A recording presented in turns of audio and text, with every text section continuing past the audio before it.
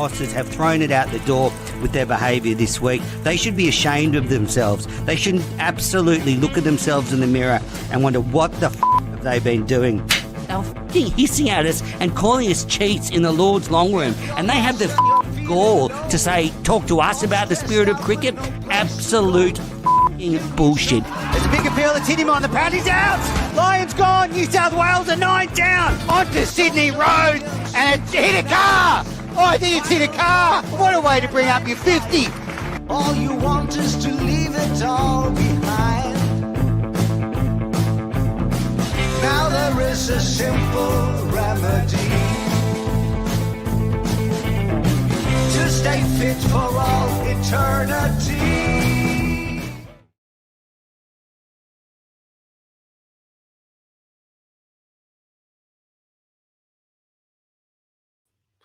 Hello, everybody, and welcome back to Cricket Unfiltered. I am Manners, and I'm coming to you after a famous victory for Zimbabwe. They have beaten the Aussies in the T20 World Cup by 23 runs, a convincing win. Australia was so far off the pace in this game. Zimbabwe outclassed us in every facet of the game, bat, ball, and in the field. This was an ultra impressive performance from Zimbabwe, and they deserve to win this game.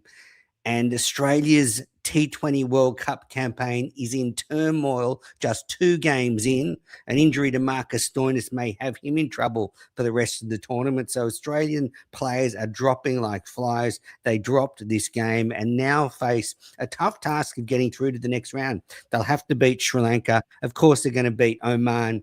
But all in all, this was a comprehensive victory from Zimbabwe. I've got a special guest on this episode of the podcast. I have Pakistan cricket journalist, and she's covering the T20 World Cup. Nourish, welcome to Cricket Unfiltered. How are you? Thank you so much, Manners, for having me. It's always a pleasure to be here on your show and, discuss cricket with you. Thank you so much.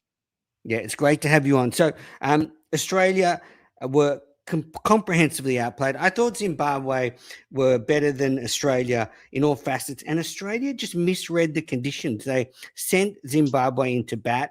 Zimbabwe read the conditions. They were difficult to bat in. It was a slow pitch, and they batted through the 20 overs and were 2 for 169. Bennett anchored the innings. And then Australia came out of the blocks trying to swing hard and ended up slumping to 4 for 29, and they were all out for 146. So Zimbabwe won by 23 runs. A really big victory. Mazarabani was player of the match with 4 for 17.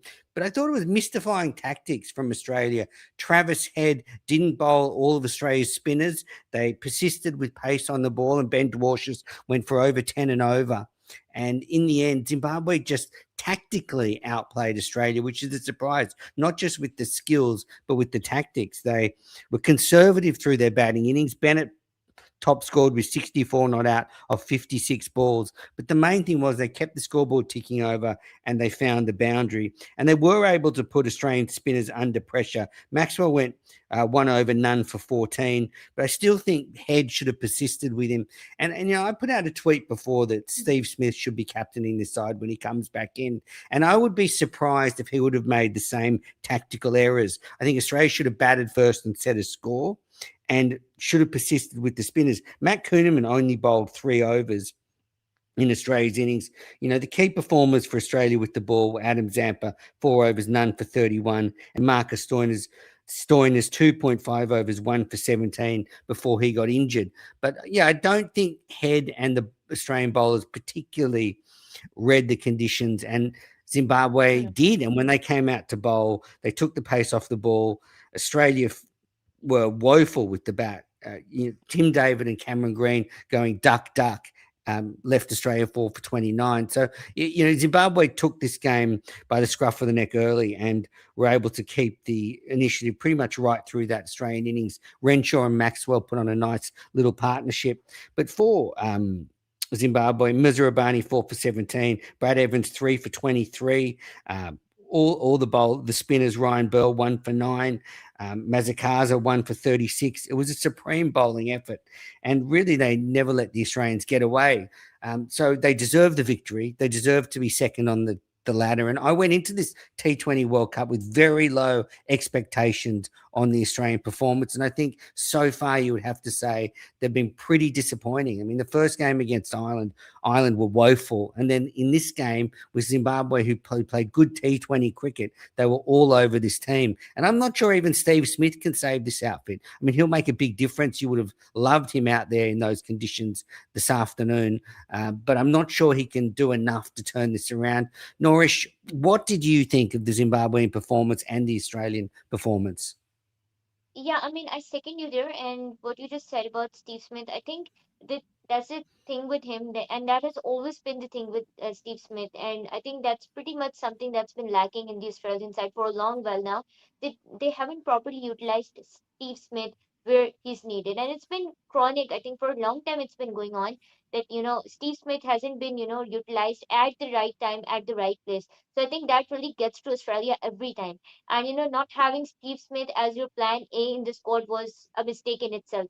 And I think from the looks of it, I think Australia have really really not been able to recover from all the injury setbacks and all of the stuff that's been going on ever since they started the World Cup. Before that, with Pat Cummins, being included, it was not, it was obviously was not in the cards for the Australian side for Pat Cummins to be excluded. And of course, that really, really, really, really, really, distorts the entire momentum of a very strong Australian side because Pat Cummins is the kind of guy you would blindly want to trust with the ball, with the bat, and with the captaincy as well. Although he was not, leading the Australian side this World Cup, but Mitchell Marsh himself was doing a great job. And that's something that I have, previously mentioned in my previous podcast about the Australian side as well.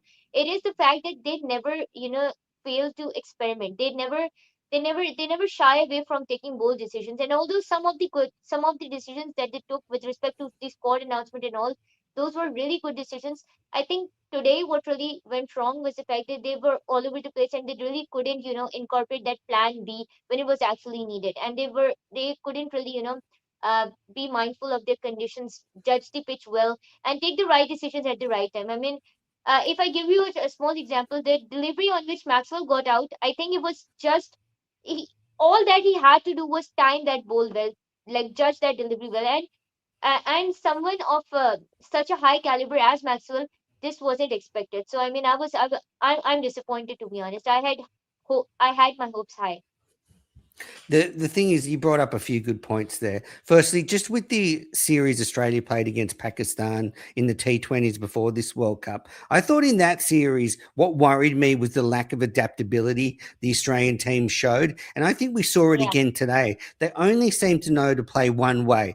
I'm not talking about the bowlers, but especially with the bat, they come out, they swing hard, and if it doesn't work out, they don't have any players who can kind of work the ball around. We saw Maxwell even today struggle to go at better than a runner ball. Renshaw was the only batter who played well, made 65, but Australia just they didn't read the conditions well. They weren't smart, and that's unlike an Australian team. And then you talk about the injuries. Well, if you do look at it, Australia have lost Hazelwood, Cummins, and Mitch Marsh now, all in a couple of weeks before the tournament. They are, your two best bowlers and your captain and your opening batter. So they have been destabilised. And this is where they rolled the dice, not having a 15th player.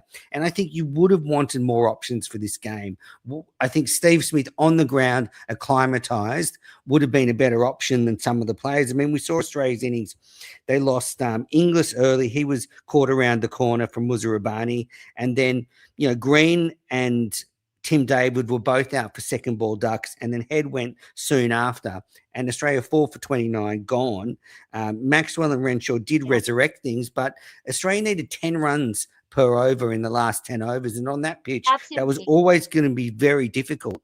And they just couldn't do it. Maxwell went for 31 off 32. He looks out of form. He was out of form in the Big Bash. He's continuing that in this tournament. Green looks out of form despite having a pretty good T20 record in the last couple of years. Tim David's coming off an injury. And Steve Smith, who was absolutely smashing it in the Big Bash, was playing golf in Adelaide yesterday and is now flying over for the World Cup. Now, I saw him being interviewed at the airport. He wasn't available for this game. I don't think he was in Colombo yet, but he will be probably available for the game on Monday. And Australia, have to beat Oman, then they have to beat Sri Lanka and hope that their net run rate will get them through. But it's going to be very tight now. And Sri Lanka in their Yeah, home exactly. conditions, Sri Lanka in their home conditions, they're going to roll out a spinning deck because they know we can't play in spinning conditions. So, I mean, I think you could almost say Australia's World Cup campaign is over right now. Do you think that's too strong? I think I won't rule them out at all, because Australia has always been the side that has always been known for giving us surprises at the end, and you wouldn't wanna cut them out. Especially, I mean, I would maybe, 'cause looking at the conditions, their race to the semifinals may look difficult, but they're definitely making it to the Super 8s. That's a given. And Do you think so? while They might not make it. They could lose, no, I think easily they will. lose I to Sri Lanka. You think they will? Because I think they're going to lose to Sri Lanka and they're going to be on the flight home. They've lost Stoinis tonight. They've lost Yeah. Marsh. They've lost. I think they're cooked. They needed to win this game. Look, the thing, Menos, what I think is that there were some captaincy errors today as well, and I think Australia just needs to, they need to go to the dressing room and have a good think about what's going wrong. Because I mean, look, having a casual approach is okay, but having too much of a casual approach is also not, good for you. I remember when they were playing a series against Pakistan here in Pakistan, when they were playing a series before the World Cup, where Pakistan whitewashed them.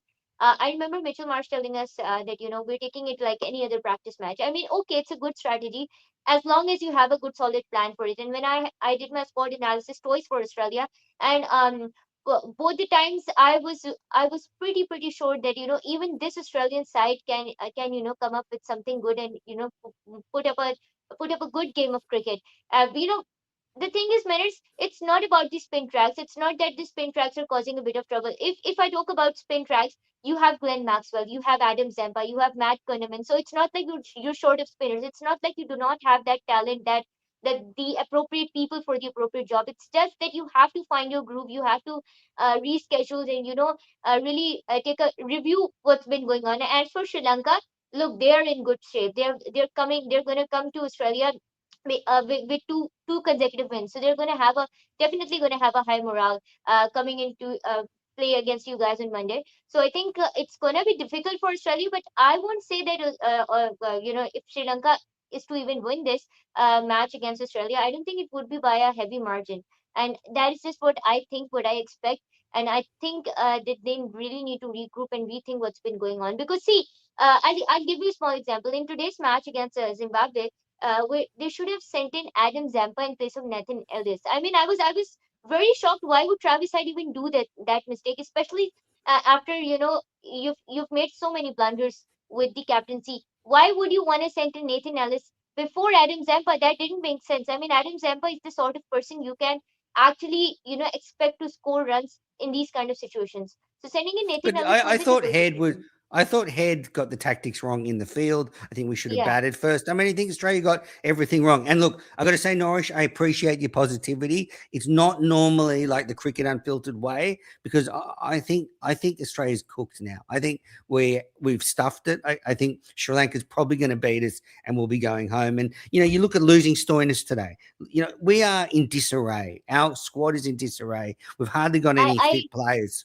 To be honest, I don't, I'm not very happy with using this word, but I think Australia are just very overconfident, and they've been overconfident ever since they've won their last World Cup.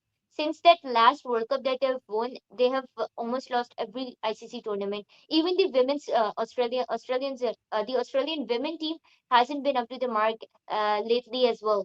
And the downfall started ever since the WTC 2025.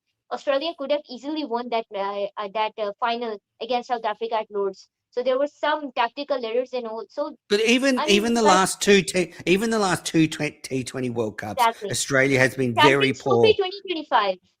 Champions Trophy Again, 2025. Yeah. So So I think they've been struggling, and it's no surprise that they're struggling Yeah, here. And you talk about overconfidence. I think you can say then, going in with 14 fit play. Well, actually, they didn't even start the tournament with 14 fit players, so they've gone in putting a lot of pressure on the players there. And some players are out of form. Green is out of form. Maxwell is out of form. David is coming back from an injury.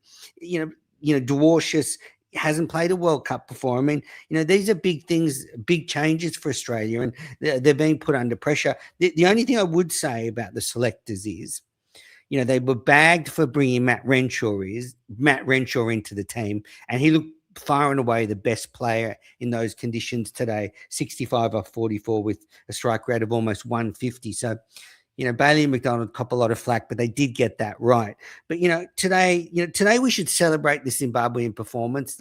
They've beaten absolutely. Australia. Yeah, They've beaten Australia now twice in T20 yeah, World T20. Cups, and this was a convincing win. This was not a win where a few players put it together and they fluked it.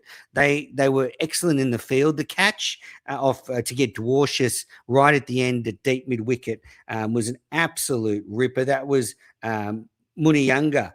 But that was Um, blind for a catch. He had to abs- literally travel 15 meters from the deep mid wicket area to get that catch, and it was just absolutely on point. And it was a stunner even for the batter himself as well. So it was totally outstanding. yeah, and I just wonder if Australia's World Cup campaign does continue in this fashion and they don't make the Super Eights, if there'll be any changes to the team. If, my co host Stuart McGill wants Bailey and McDonald fired, I don't know if that'll happen because, Australia have been rocked by injuries. Some of their selections have been silly. I mean, we've talked about Smith. That was a no brainer. As I said, you've Yeah, got all these players struggling in form, and and you got Smith and smashing it at 200 in the Big Bash and he's not there. exactly. Yeah, and quite So, apologetically, I think this has been going on for a long time with Steve Smith.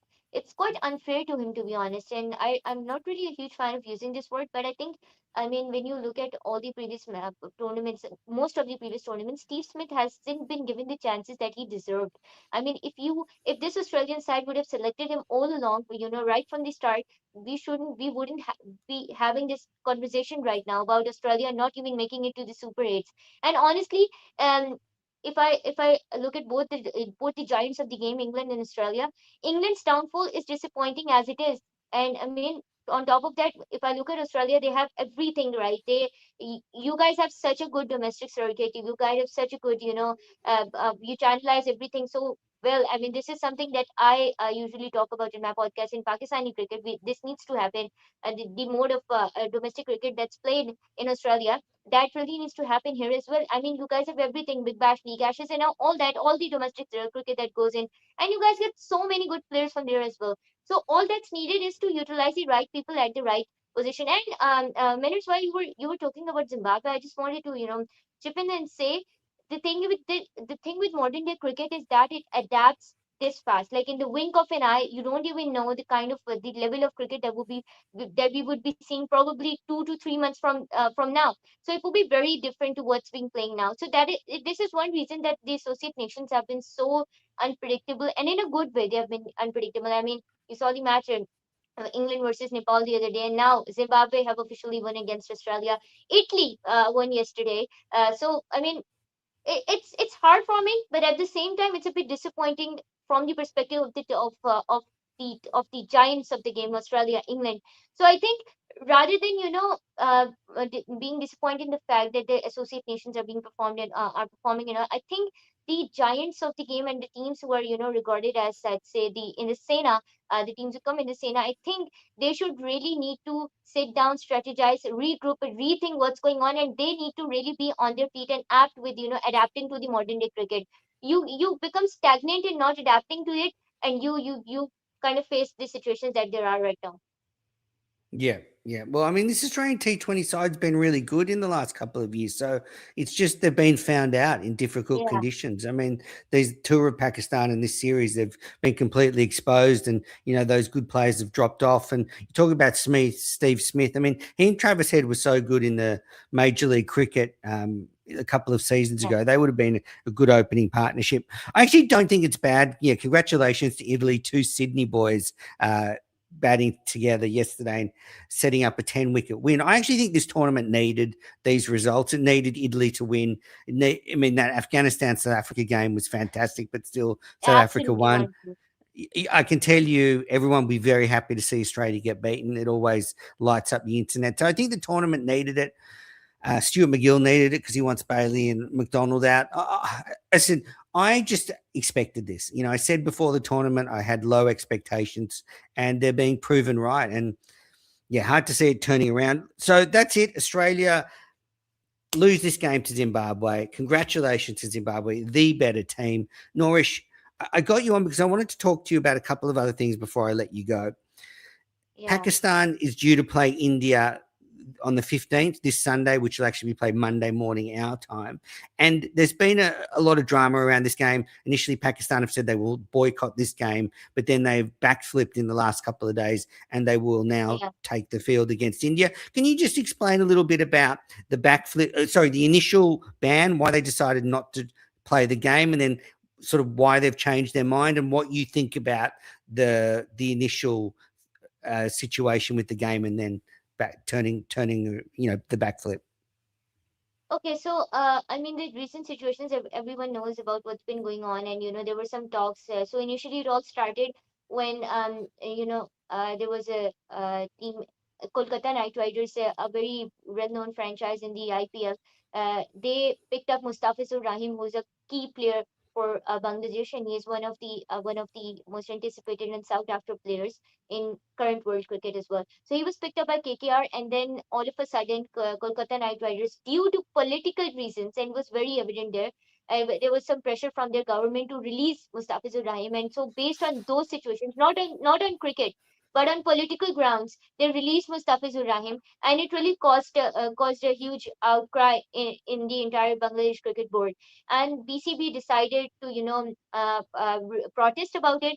BCB wrote to the ICC, and they didn't quite receive a response from the ICC for a couple of days. And the ICC urged them to participate in the World Cup, and then BCB, things really escalated downhill. Things really went downhill when BCB decided to boycott all the live streaming of IPL in Bangladesh, right? So that's when it happened, and then there were some issues, there were some political issues during the Bangladesh Premier League as well. So all that happened, and about that, and in the midst of all that, ICC responded to BCB, and they told them that either they're going to play the World Cup or they're going to be replaced with something. So BCB had launched a suggestion, and the Bangladesh Cricket Board suggested the ICC that the ICC let them play all their matches in Sri Lanka instead of India. This appeal was rejected by the ICC solely because, I mean, there were terrorism threats to the Bangladeshi team. So, based on these reasons, BCB were like, we're not comfortable traveling to India, and it makes sense. Why would anyone want to travel to India to a certain country when your players are getting threats, right? So, So the count. ICC, So the counter to that would be that Bangladesh did leave it till the last minute. That they didn't give the ICC a lot of time to reschedule their games. You know, if they said this maybe a few months ago, then maybe the ICC could have done something. But then counter to that is, Nasser Hussain was saying that if India had said the same thing a few weeks before the tournament, the ICC would have moved everything for them. So, yeah, uh, because uh, this has happened. yeah. Yeah, yeah, So yeah. yeah, So that's this has anyway. Go happened in on. the past. Yeah, yeah. Because this has happened in the past with India, forfeiting and boycotting the games last minute. And even the games that they've played, they've been very ugly when it comes to, I'm sorry to use the word, but they've been very ugly when it comes to sportsman spirit. So that is one thing that Bangladesh, cited as well. And to answer your concern, Manners, I think it's probably because Mustafizur Rahim was, very devalued, and he was released based on a political reason that had nothing to do with cricket. I mean, it's all right if you release a player from a franchise, but it has to make sense. The reason should make sense to the board, to the country's player that you're picking, because it's not your local cricket. It's an international cricket and franchise-based cricket. That is what caused a huge outcry and enraged the Bangladeshi fans and the Bangladesh cricket board. And initially, Bangladesh requested ICC to look into this matter, and ICC delayed this by a couple of days, and no response was given. And then afterwards, Bangladesh requested the ICC to shift all their matches in Sri Lanka, which was rejected. And not only was it rejected, but the ICC were very adamant and very firm that either you play or we're substituting you with a team that's like they that has like half of your fan following. I'm talking about Scotland. So Scotland was pushed in last minute in place Probably of less than Bangladesh. half. Probably way less than Yeah, yeah, half. yeah, absolutely. Yeah. Yeah. So Bangladesh, they were tossed out. Scotland come in now. Then so Pakistan in solidarity decide to not play against India. Not exactly. I mean, yeah, in solidarity, but Pakistan, really had some talks going on, and then Pakistan, the chairman PCB Mohsin Naqvi, he also, mentioned in this statement that, the decision to play against India, and there was so I'll tell you in a chronological order. So when this entire fiasco happened, and ICC told PCB that Bangladesh is not going on in the T20 World Cup, and that Scotland would replace Bangladesh, that is when things really went ugly, and Pakistan also, delayed the squad announcement until the last minute. So Pakistan's squad was announced, I think, on 31st of January. That was the deadline to announce the squad for the T20 World Cup. So around 26 or 27 Jan, in a press conference in Lahore, the chairman Pakistan Cricket Board Mohsin Naqvi told that we might not play the World Cup, and that is when the speculation started and all that happened.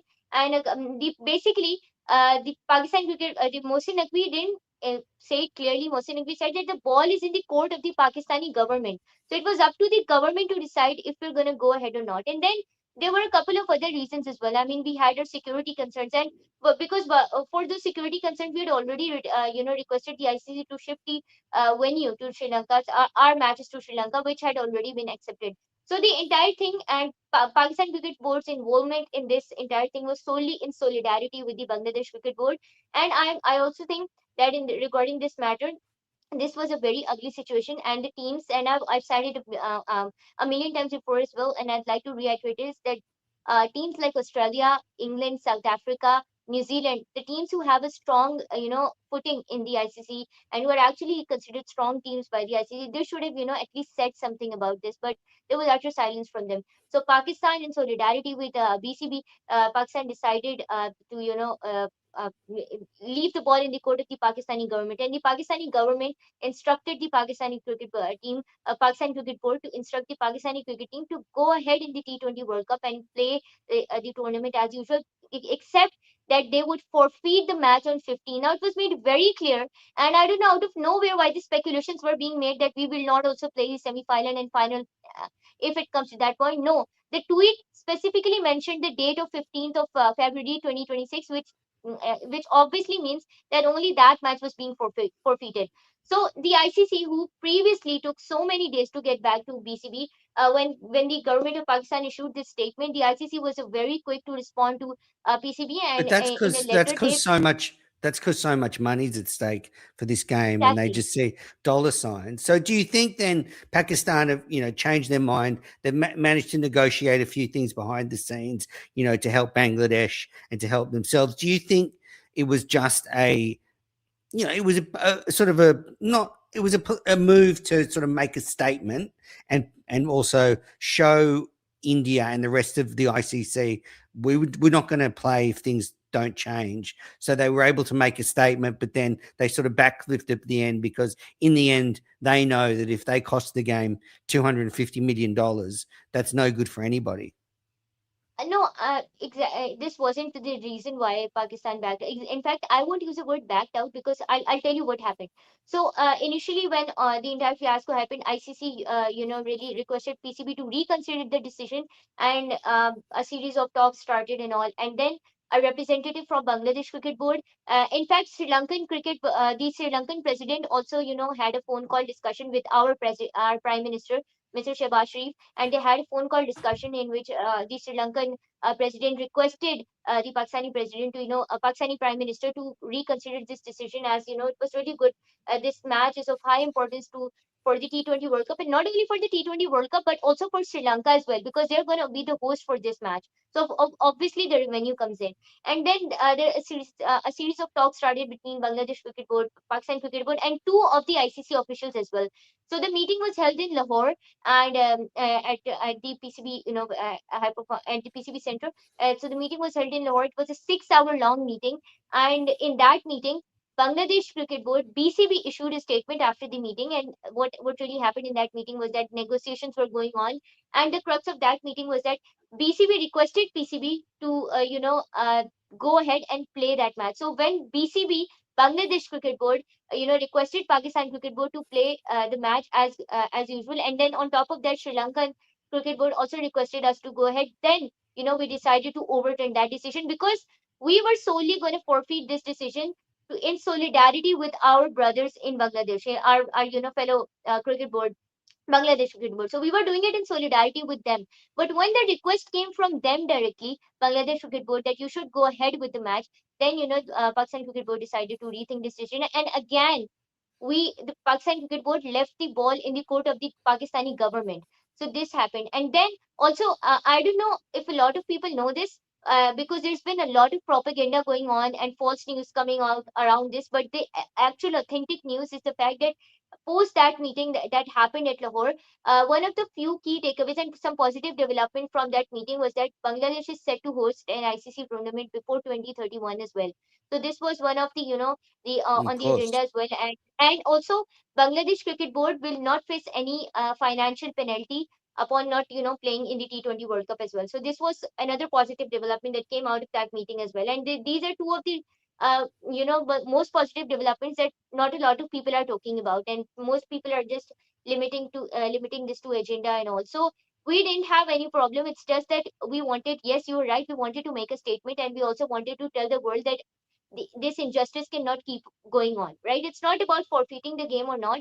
There have been many instances in the past where games have been forfeited by many players. If you remember, I think it was 2009, where the Zimbabwe players were not issued their passports and by England, and so they had to forfeit last minute as well. And there have been many instances in 1996 when Australia and West Indies refused to come to Sri Lanka to play the World Cup. That is, so there have been a lot of instances, but mostly India has been the one who has always, said that we are not going to come. And, even in Champions Trophy 2025, they refused to come to Pakistan, citing security decisions, citing security concerns. Then back in Asia Cup 2023, when they, removed Pakistan's name from their official jersey, and then leave all of that. Even in Asia Cup 2025, it was an ugly situation. They refused to shake hands with us, and then they were dedicating a cricket win to a war that had nothing to do with cricket. So things have really gotten ugly. But now I'm very happy that the game is going on as usual. But this is what went behind the scenes, and this is the actual story of it all. Yeah, thank you for running me through it. So, one thing that I think about the whole thing is that it's a bit of a wake up call for world cricket, because the finances are so tied into these world tournaments with India and Pakistan playing each other in these big games. And I think Pakistan were able to make a statement that you can't take it for granted, our involvement. And I think it's a wake up call to world cricket that we've got to stop playing these games where we use the cricket teams of instruments for politics rather than just letting them Absolutely. play cricket. Now, I don't think you can ever completely separate sport and politics. They definitely are intertwined. But Absolutely. when you 100%. when you overtly start doing things like pulling out a Bangladeshi player from an IPL side and those type of things, then one thing leads to another, and you get to these situations now where this game was in jeopardy right up until this week. So I think it's just a it's a dangerous situation we're in at the moment. I, I don't know. I just think it's something that world cricket needs to look at, and the Absolutely. governance of world cricket, because these tournaments need to run with those big games to make them financially viable. And you talk about Pakistan getting pressure from Sri Lanka and Bangladesh. They would have been getting pressure from other cricket boards that, hey, if this game doesn't go ahead, it's going to cost the game around the world It tens of wasn't millions. exactly pressure. It was just a request. It wasn't exactly, because Mohsin Naqvi has been very clear throughout this entire fiasco, and he's been given a lot of statements saying that PCB is not doing it for its own benefit.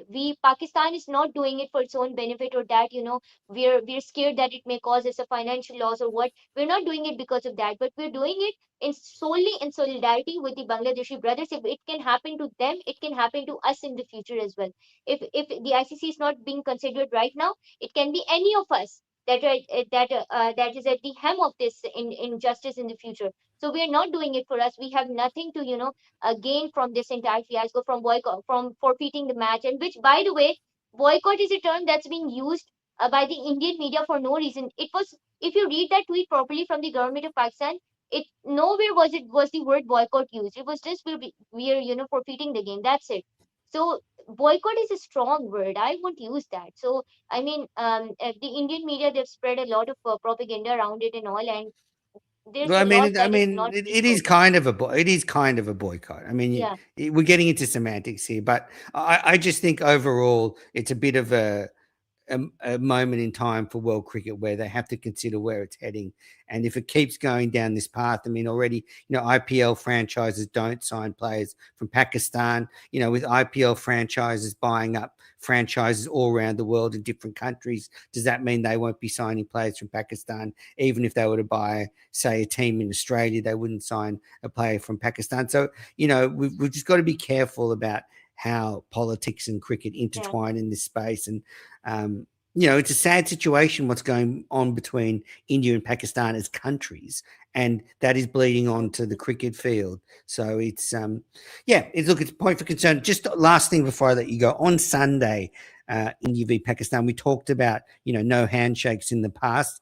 I wonder what we'll see this game, because there's such a sort of cloud hanging over it. I can't imagine there'll be handshakes. What do you think? To be honest, I think they should have whatever happened in the recent days. It should be enough to be a wake up call for both the sides, and in fact not both the sides, but the entire world cricket, like you just mentioned. I really, really hope the handshake controversy doesn't repeat. I really, really hope they do the handshakes and the entire thing, because honestly, it's really ugly. I mean, Manners, you would have witnessed those matches in 2021, in 2022, when Virat Kohli and Rohit Sharma used to play, Babar Azam and Rizwan. If you remember, it was 152-0, the iconic win Pakistan had over India in Dubai back in T20 World Cup 2021. The group stage match where Pakistan won by 10 wickets. We all saw what happened after the match, right? Virat Kohli, he hugged Babar Azam and he really pat Rizwan on the back. And then Pakistani and Indian players really had a good discussion after the match. So they were all, really, hanging out with each other. And also, it was a very pleasant situation. And I really, really wish that this could have continued and this could have persisted. But sometimes you have to be the one to draw the line. And I'm talking from the perspective of Pakistan. I mean, Pakistan was insulted so bad. The Pakistani captain was not given the respect that he deserved. And, in the Asia Cup 2025, and then to top it all off, the chairman of Asia Cup, the chairman of Asian Cricket Council, Mohsin Naqvi, he is the chairman of Asian Cricket Council. Of course, he would be the one to hand over the trophy of the Asia Cup. So, Indian players, they refused to, receive the trophy from him, and it was a very ugly situation. Shouldn't have happened. And that trophy is, by the way, still in Mohsin Naqvi's office. It still hasn't gone to the Indian players. So they should, really come out of their ego and, come and sit with Mohsin Naqvi, have a discussion with him, so that this entire thing can be sorted out. Because honestly, it's not good for cricket. And, you know, I really, really look up to the Australian and English side in this sort. I mean, what happened at Bondi Beach recently in Sydney during the Ashes, everyone saw how the English Cricket Board and the Cricket Australia had been standing tall and firm in solidarity with each other, and they were all, mourning it all together. So situations like these really make you, appreciate cricket. And I really, really wish, the, this situation, how the Ashes are played. I mean, there is no, you can think Indian Pakistan as a big rivalry, but there is no greater rivalry than Ashes. That Yeah, is what I but think, let and me that's a just fact as yeah, well. but wait. The only thing is, I mean, don't get me wrong. I hate the Poms. They really annoy me in Lords. But our two countries haven't been at war together, and that is the Yeah, issue. I mean, that's what's looming over this. So yeah. that's why. But Yeah, manners, yeah, go but on. look, I would like to state an incident here as well. Yes, the two countries have been at war, but there have been situations. I remember in 1999 where there was a Kargil war going on between India and Pakistan. Pakistan and India still played cricket, and it was. Let me just remind it for the sake of the audience who are watching. There were situations when Pakistan and Indian players literally teamed up and they played in one team just to give a statement to I think back in 19 it was the World Cup of 1996, where the many teams had boycotted the World Cup, and they all of them, Indian and Pakistanis, they were playing in literally one team all together, and they went to Sri Lanka to support the Sri Lankan cricket there. So there have been instances there as well. The point is that politics should stay far away from cricket. And I mean, yes, I mean, you can say that Australia and England, they've not gone at war with each other, but still, there has to be uh, I mean, it's mere common sense that you should separate cricket from politics. And about what you're saying on Sunday, I think I fear that the handshake fiasco is going to go ahead. I really hope it doesn't. Would I want that to happen? No. But I do I think it's not going to happen? Also no. So I think it's going to go ahead, but I just hope to see a good game of cricket. That's it. Yeah, I hope to see a good game of cricket. And look, I appreciate you outlining it all, and it's a complicated situation, but I just totally agree. I think if cricket is to be viable, and everybody knows the India-Pakistan games make so much money, both teams have just got to get on with them, put the politics aside. It's like any other game, but unfortunately, isn't it, Jay? Yeah. Anyway, I don't want to get into the politics anymore. But Norish, so where can everybody find your podcast, especially the Indian fans? Um, are you talking about me? Yeah, where can Yeah. they find Okay. your podcast? Okay, so I actually am I'm the face of many national and international channels now as well. I'm currently working with a Sri Lankan journalist for his channel. I kind of analyze cricket there as well. But I have a YouTube channel by the name of The Strikers End. I kind of occasionally post stuff there, but mostly you can find me on Instagram, and I have all my features there. So yeah, that would be a good thing. Yeah, you're doing great work. I've been seeing a lot of it. Thank you I so came on your much. show a little while ago. I've been looking to have Yes. you on for ages. We've finally done it. And boy, we got Yeah. into it. Fingers Uh, crossed. Yeah, and look, thanks for coming on after Australia got absolutely walloped. So that'll be the story today. Australia's T20 World Cup is absolutely going off the rails after two games. Injuries, poor performances. Norish was more Yeah. confident than I was. I think it's all over, but we'll see. Norish, thanks for joining me. Pakistan v India this Sunday night. And listeners, I'll be back after the net. Well, I'll be back with Stewie on Monday. We're going to catch up. So I'm sure Stewie's going to put the boot into Bailey and McDonald's after this loss. Norish, thank you for joining me, and Thank take you. care. Thank you. Take care.